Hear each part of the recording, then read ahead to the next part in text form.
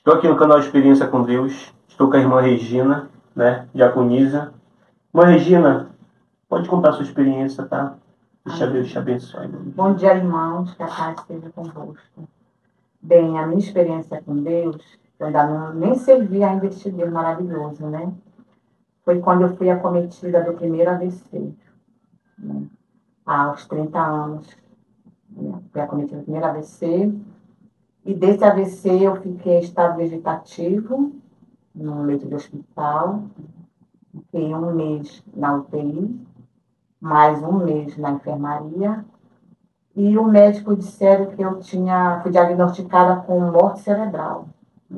Minha filha não aceitando, disse que eu era cardíaca e precisava de 48 horas pelo menos para poder dar o diagnóstico.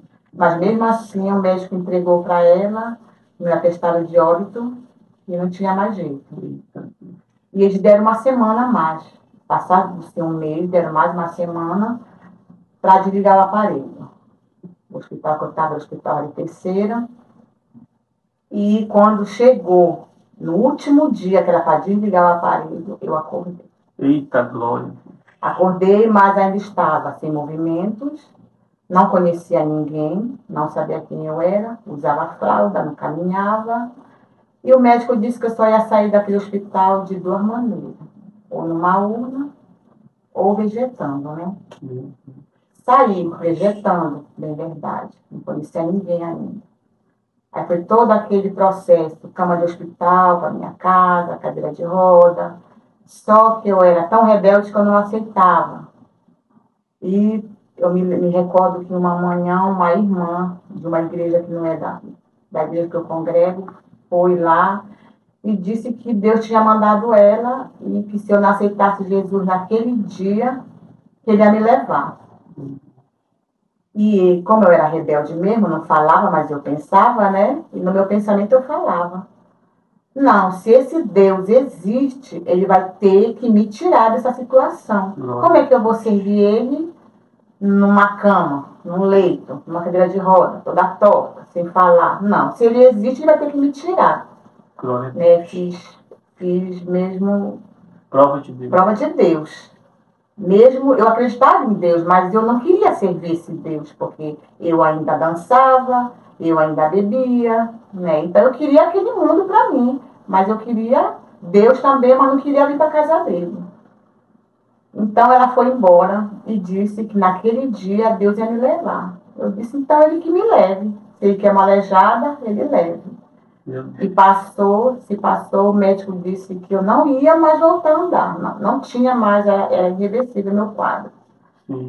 E aí, passado-se mais 1 mês, eu comecei a sentir as pontas do meu dedo, né? Eu comecei a mexer.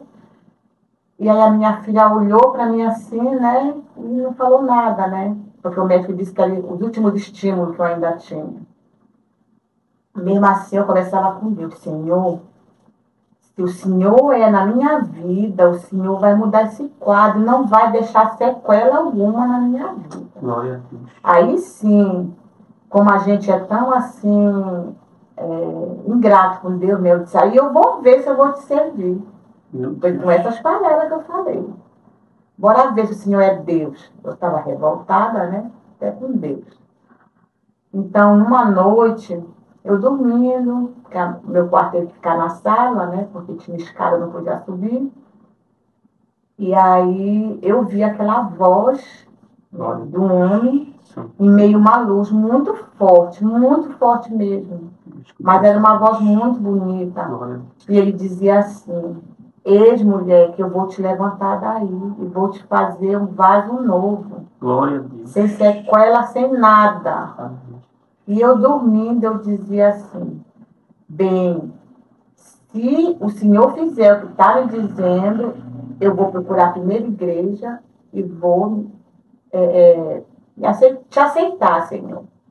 Aí eu ouvi aquela voz de novo e disse, olha o que tu pedes e olha o que tu prometes. Né? Foi por essas palavras. Deus é amor, mas é justiça.